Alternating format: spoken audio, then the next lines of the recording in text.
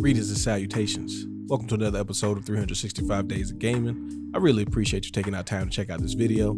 Like, comment, share, subscribe. Greatly appreciate it, so thank you in advance. Now, the game we're going to talk about today doesn't technically follow the rules about being a demo classic or a PlayStation Platinum hit or whatever you want to call it, but it's my list, so I get to do what I want to.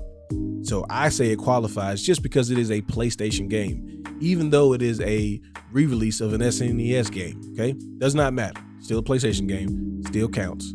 My list. But anyway, let me introduce you to Ogre Battle, March of the Black Queen for the PlayStation. Now, of course, I had to put an RPG in here because why wouldn't I put an RPG? But this game is really good because it is such a different type of RPG. You know, if you're familiar with the Tactics Ogre or the Ogre Battle series and all of those, that's great, but I don't know what actually is going on. I just like the games.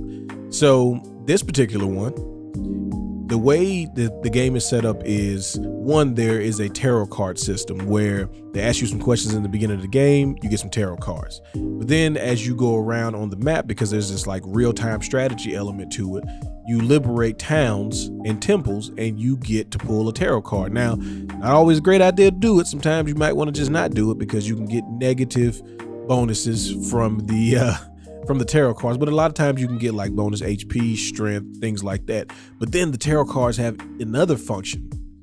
They actually can be used in battle to do different things. Some of them do attacks, some of them buff you, some of them heal you, some of them make the enemy flee. It's just a various amount of different things that can happen when you use the tarot cards, right?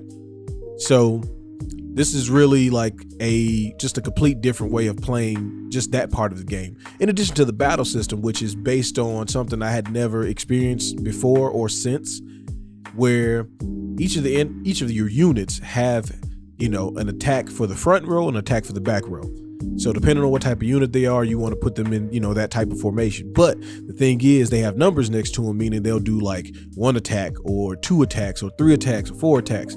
And so then you have to manage how many times that you want them to attack based on what attack they're doing, because the game calculates battles like this. Whoever does the most damage, you know, subtracting the healing and things like that, that's who wins.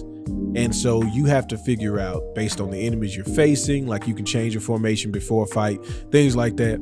But there's so much, you know, balance to go into this, and thought processes and the strategies. In addition to all of your units have classes, and they can be upgraded and they can be changed, and there are items, and you have all of these different units that you have, and they cost money, so you have to make sure you're balancing your budget. But you get more money for liberating towns and temples, but then you have to fight a boss in each area. Like, there's all of this stuff that's going on. And while the story isn't the most engaging, especially early on, you got to kind of slog in the beginning before, like, you know, the deceit and deceptions and stuff starts to happen, and you start to see all these different characters. Just the battle system and the leveling up and class changes and all of those things were such a refreshing way of doing it for me.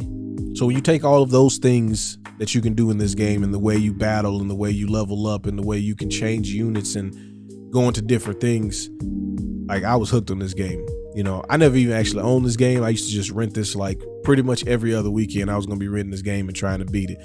But it is a very long game. For those of you who've played any of the Ogre Battle or Tactic Ogre games, you know these games are super, super long and tough and require multiple potential playthroughs. So you got to be on your toes. You got to be ready.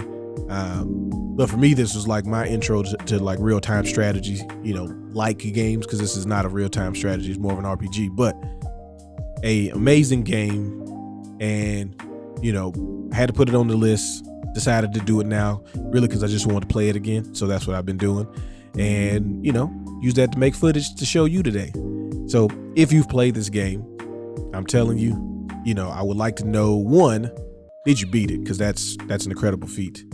But also, what were your favorite classes? What were your favorite units? What were your favorite formations? If you played this, you already know what I'm talking about, right?